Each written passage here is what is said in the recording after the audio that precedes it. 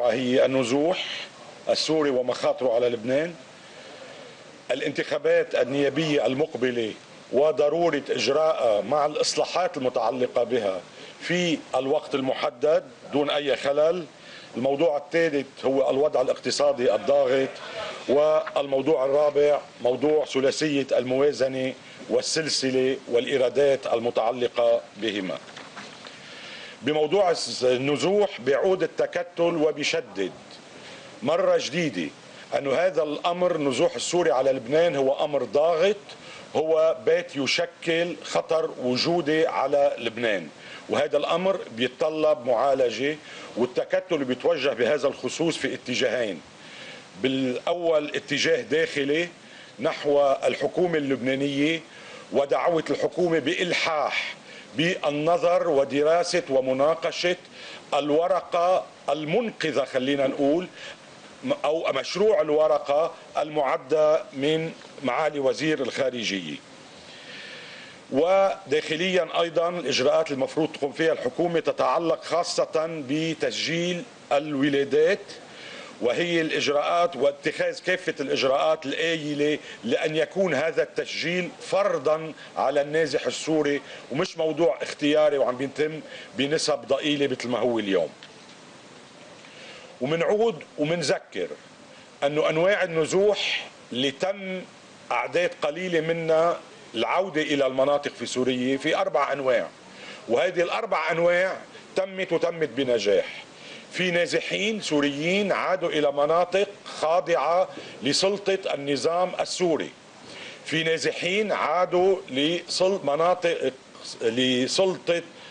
لمناطق خاضعة لسلطة تنظيم النصرة الإرهابي ومروا بمناطق خاضعة للنظام السوري، وفي مؤخرا عناصر تابعة لداعش ذهبوا إلى منطقة خاضعة لسلطة داعش وهي قيد التحرر من هذا التنظيم الإرهابي ومنطقة نزاعات وصراعات عسكرية مسلحة.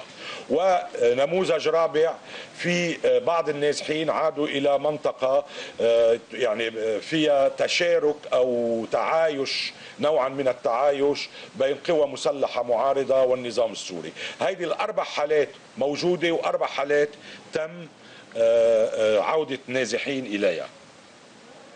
إلى المجتمع الدولي منقول أنه لبنان يلتزم القوانين والإجراءات والمواثيق وحقوق الإنسان، وهذه الورقة المعدة من رئيس التكتل تحترم هذه الضوابط.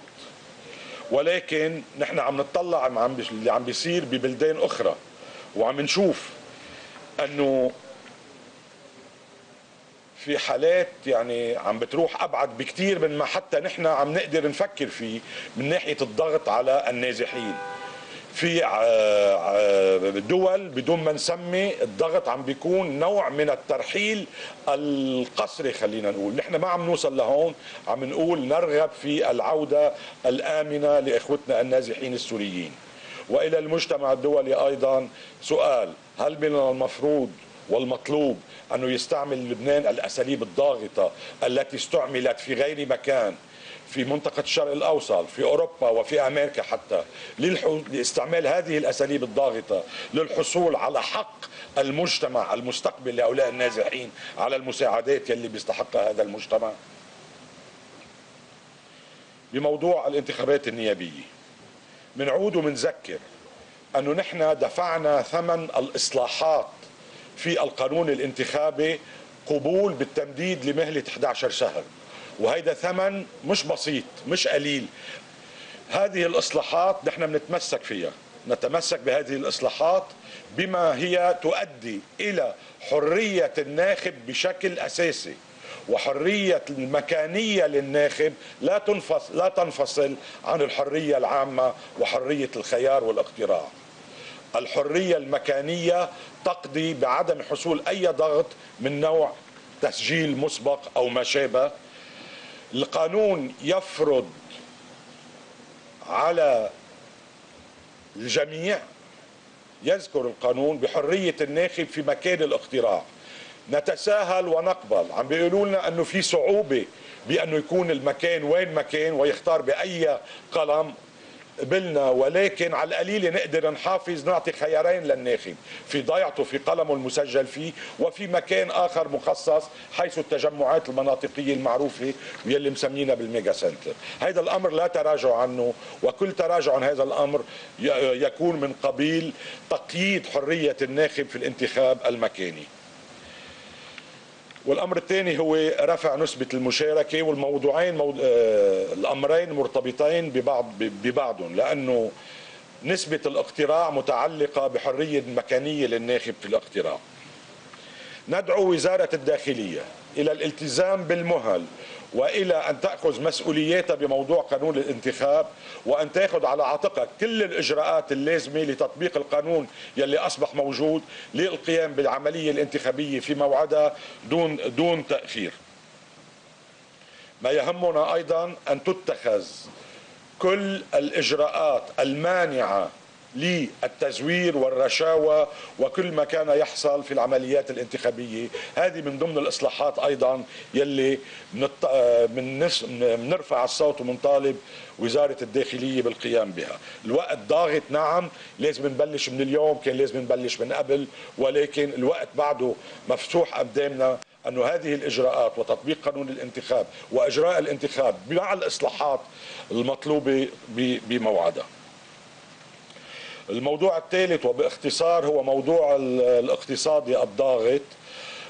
ندعو الحكومة إلى وضع استراتيجية شاملة كاملة للوضع الاقتصادي للإفادة من مقومات لبنان، حيث لبنان ممكن أن يكون منافس، لدراسة القطاعات التنافسية اللبنانية، ولوضع خطة خماسية عشرية، ولكن لا يمكن أن تستمر الأمور بدون خطط اقتصادية للمستقبل، خاصة في ظل الأزمة الاقتصادية الضاغطة والقسم الأكبر منها المتأتي من حالة النزوح السوري الموجودة. الموضوع الثالث ثلاثية الموازنة والسلسلة والإيرادات. هناك إنجاز كبير تحقق، وهذا مهم يعرفه الرأي العام. هناك اليوم نعيش أو توصلنا إلى حالة من الإقرار من القوى السياسية المختلفة بأن ليس لدينا حسابات صحيحة.